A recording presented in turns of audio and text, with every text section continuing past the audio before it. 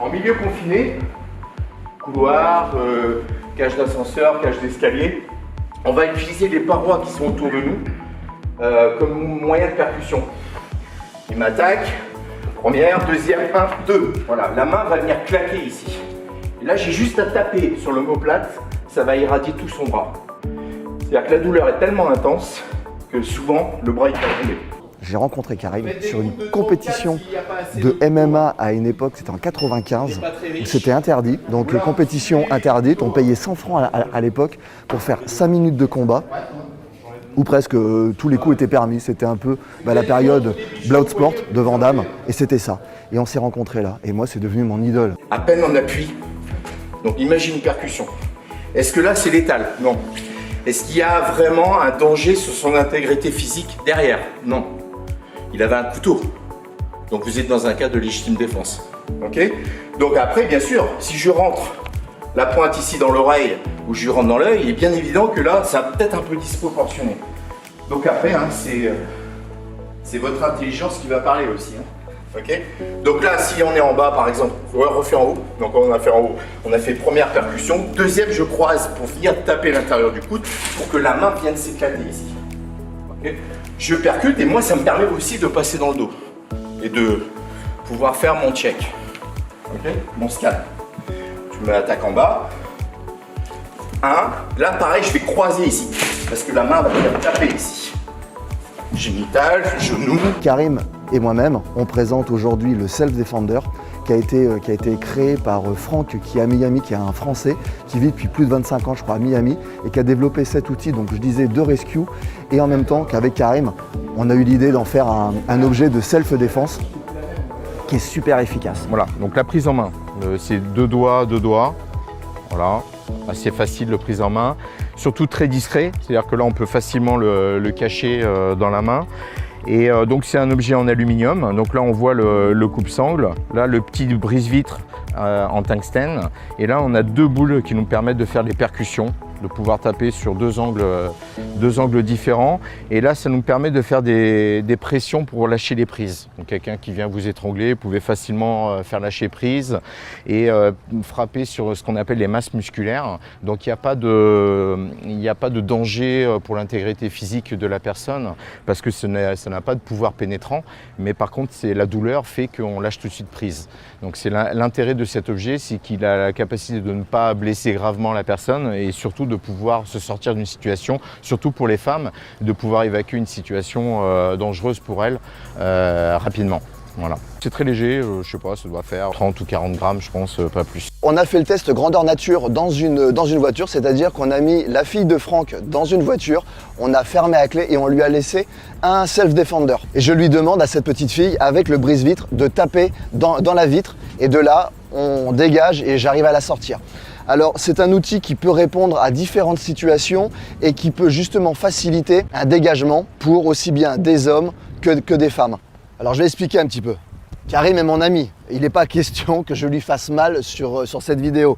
Mais vous imaginez très bien qu'une partie métallique un petit peu pointue telle qu'elle est, si je viens percuter ici, imaginez, je vous laisse imaginer la douleur que ça peut créer et surtout qu'on a beaucoup de terminaisons nerveuses sur les mains. Donc lui, ça va lui descendre. Concrètement, ça va lui envoyer une décharge électrique et il va lâcher prise. Donc là, sur une saisie, la personne est menaçante, je vais venir lui parler et je peux tenir mon truc vraiment sans être agressif. Et là, je vais faire une percussion. Pareil, il vient sur moi, il est agressif, je vois, il vient, je peux faire une percussion. Je suis très fort en ayant le poing fermé. Il vient me saisir, je viens frapper ici. Et derrière, je prends une garde. Je pars, je peux enchaîner. On me saisit par derrière, j'ai le self-defender, je vais venir frapper dans le creux de l'épaule. Il est toujours derrière moi, je me dégage et là je viens frapper dans l'intérieur de la cuisse. Pareil, ça fait très très mal et là la personne va lâcher directement. Vous, ça vous permet, le temps qu'il percute, qu'il a une douleur, de vous carapater. Voilà. On va partir sur un crochet large. Alors, tu me fais un crochet large point avant. On part sur un travail de protection assez universel. Je vais dégager la tête tout de suite pour vous créer une ouverture. Je frappe au niveau de la gorge, génitale derrière. Là, je vais chercher le dos, je vais piquer sur les omoplates ou alors j'enveloppe les cervicales. C'est-à-dire je ne frappe pas avec le survival tool, C'est juste pour pouvoir envelopper la tête, pour pouvoir venir contrôler ici, venir chercher un mat-aileron, mais avec une prise d'appui beaucoup plus importante grâce justement à ce bras de levier supplémentaire que j'ai avec le Survival Tool. Donc là, pour l'utilisation du Survival Tool, avec Aton et ASP, on a commencé à développer des formations, notamment aux États-Unis, à Miami, pour que les gens puissent l'utiliser correctement, voilà, surtout, parce que ça demande un minimum de maîtrise technique et de répétition. Voilà, c'est dans la répétition et dans la maîtrise technique qu'on arrive à être efficace, surtout en respectant l'intégrité physique de la personne et sans sortir du cadre juridique, parce que le cadre juridique est très important. Donc il ne faut pas que cet objet devienne quelque chose de dangereux et que les blessures soient limitées. Tout en étant vigilant, on va quand même être déterminé. Parce que les gars, on est quand même là pour faire de la self-défense.